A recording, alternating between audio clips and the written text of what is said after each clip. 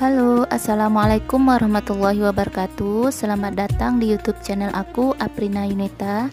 Jangan lupa subscribe dan tekan tombol lonceng di bawah. Karena dengan subscribe, teman-teman sudah membantu YouTube channel aku agar lebih berkembang.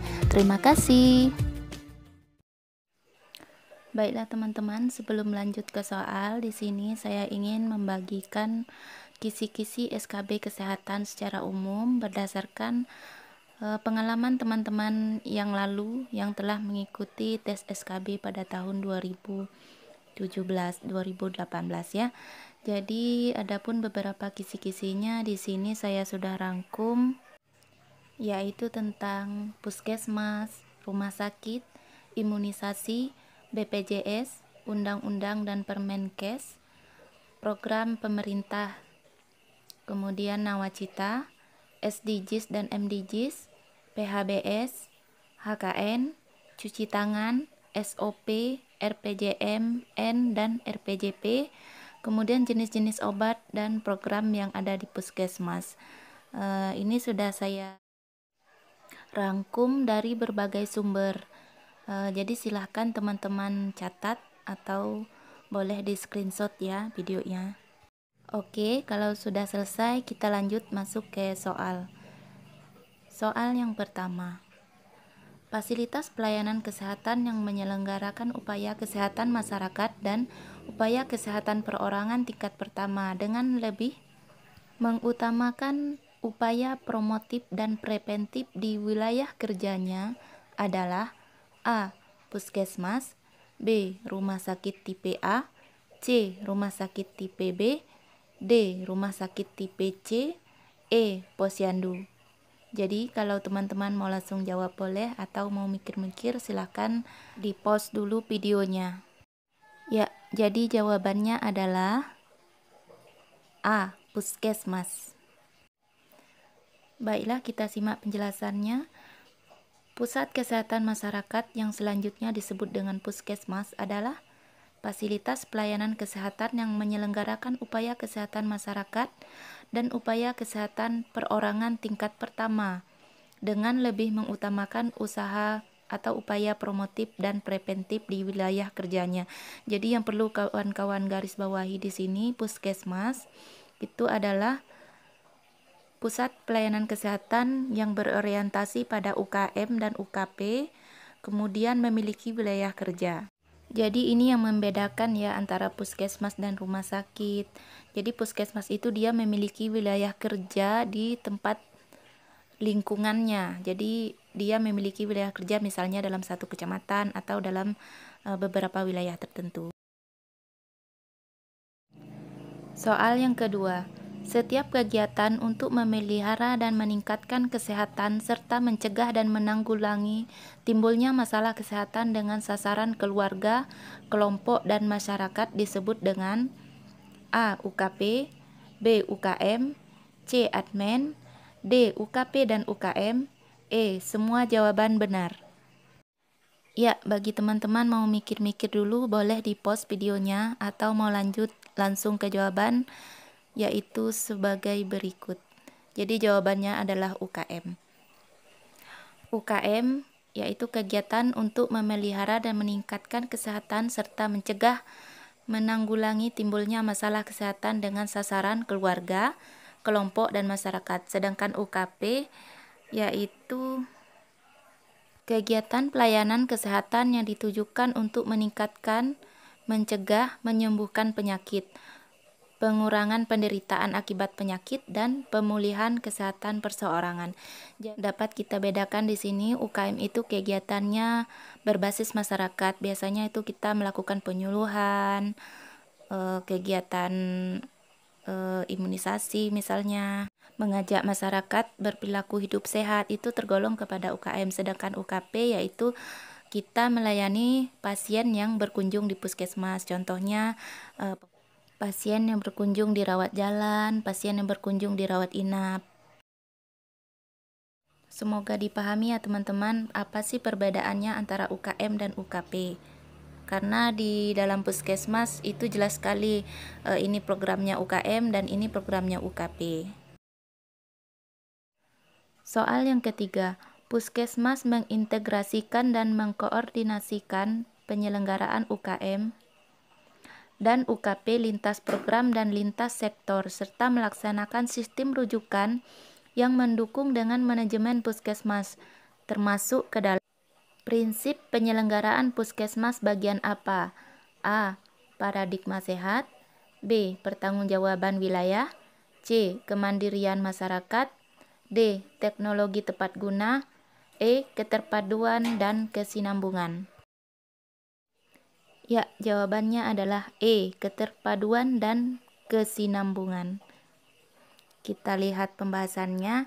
Jadi, prinsip penyelenggaraan puskesmas meliputi paradigma sehat, pertanggungjawaban wilayah, ketersediaan akses pelayanan kesehatan, teknologi tepat guna, keterpaduan dan kesinambungan. Jadi, pada opsi soal yaitu termasuk ke dalam keterpaduan dan kesinambungan. Soal berikutnya, puskesmas harus didirikan dalam setiap A. Desa, B. Kelurahan, C. Kecamatan, D. Kabupaten, E. Setiap 5 desa.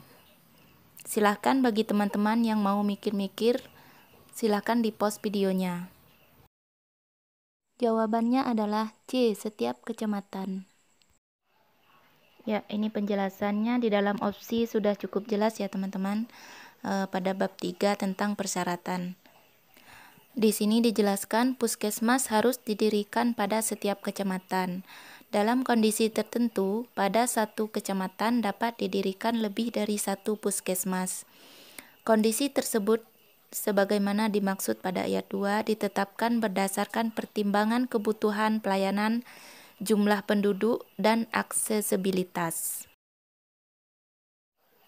Berdasarkan karakteristik wilayah kerja sebagaimana dimaksud pada pasal 24, puskesmas dikategorikan menjadi kecuali A. Puskesmas kawasan perkotaan, B. Puskesmas kawasan pedesaan, C. Puskesmas kawasan terpencil, D. Puskesmas kawasan tidak terpencil, E. Puskesmas kawasan sangat terpencil. Silakan bagi teman-teman yang mau mikir-mikir silakan di pause videonya. Baiklah, kita lanjut ke pembahasan. Di sini dijelaskan kategori puskesmas yang tidak termasuk berdasarkan karakteristik wilayah kerja. Ya, dapat kita lihat di sini kecuali adalah yang D, puskesmas kawasan tidak terpencil. Jadi, puskesmas kawasan tidak terpencil tidak dapat di dalam penjelasan atau di dalam Permenkes nomor 43 tahun 2019. Soal yang keenam, pelayanan puskesmas berbeda dengan pelayanan rumah sakit. Salah satunya yaitu pelayanan puskesmas berfokus kepada upaya promotif dan preventif. Dalam hal ini tergolong dalam unit pelayanan apa? A. Usaha kesehatan perorangan, B. Usaha kesehatan masyarakat, C. Usaha kesehatan individu, D. Usaha kesehatan promosi, E. Usaha kesehatan produktif. Ya, jawabannya adalah B. Usaha kesehatan masyarakat. Jadi di sini saya jelaskan kepada teman-teman, mengingatkan kembali ya. Jadi beberapa perbedaan antara puskesmas dan rumah sakit itu, puskesmas terdiri dari UKM dan UKP, sedangkan rumah sakit terdiri dari UKP saja. Soal yang ketujuh, berikut ini merupakan 5 program UKM esensial puskesmas kecuali A. Pelayanan promosi kesehatan, B. Pelayanan kesehatan lingkungan, C. Pelayanan gizi, D. Pelayanan dan pengendalian penyakit, E. Pelayanan kunjungan rawat jalan. Ya, jawabannya adalah E. Kecuali E. Pelayanan kunjungan rawat jalan. Jadi UKM esensial sebagaimana dimaksud pada ayat 1 meliputi pelayanan promosi kesehatan, pelayanan kesehatan lingkungan, pelayanan kesehatan keluarga, pelayanan kesehatan gizi, dan pelayanan pencegahan dan pengendalian penyakit. Soal yang ke-8. Berikut ini merupakan pelayanan usaha kesehatan perorangan atau UKP kecuali A. Pemeriksaan kesehatan di poli umum, B. Pelayanan kesehatan pasien di UGD, C. Ibu bersalin di ruang PK. D. Pelaksanaan penyuluhan tentang malaria. E. Pemeriksaan kehamilan di ruangan KIA. Jadi karena yang ditanya yang kecuali, maka jawabannya adalah D. Pelaksanaan penyuluhan tentang malaria, karena penyuluhan malaria termasuk ke dalam UKM. Soal yang ke-9, yang merupakan jaringan puskesmas adalah A. Pustu, Pusling, Klinik. B. Pusling, Klinik, Rumah Sakit. C. Bidan Desa, UKS, Apotek. D. Pustu, Pusling, Bidan Desa. E. Klinik, Rumah Sakit, dan Praktik Dokter. Ya, jadi jawabannya yang merupakan jaringan puskesmas adalah Pustu, Pusling, Bidan Desa. Ya, di penjelasan di sini dijelaskan jaringan pelayanan puskesmas sebagaimana dimaksud pada ayat 1 terdiri atas puskesmas pembantu, pusling, dan praktik bidan desa. Sedangkan jejaring puskesmas sebagaimana dimaksud pada ayat 1 terdiri atas upaya kesehatan bersumber daya masyarakat, UKS, klinik, rumah sakit, apotek, laboratorium, tempat praktek mandiri tenaga kesehatan, dan fasilitas pelayanan kesehatan lainnya. Jadi kalau jaringan itu puskesmas bisa melakukan intervensi secara langsung, sedangkan jaringan puskesmas hanya sebatas pembinaan terhadap jejaring tersebut.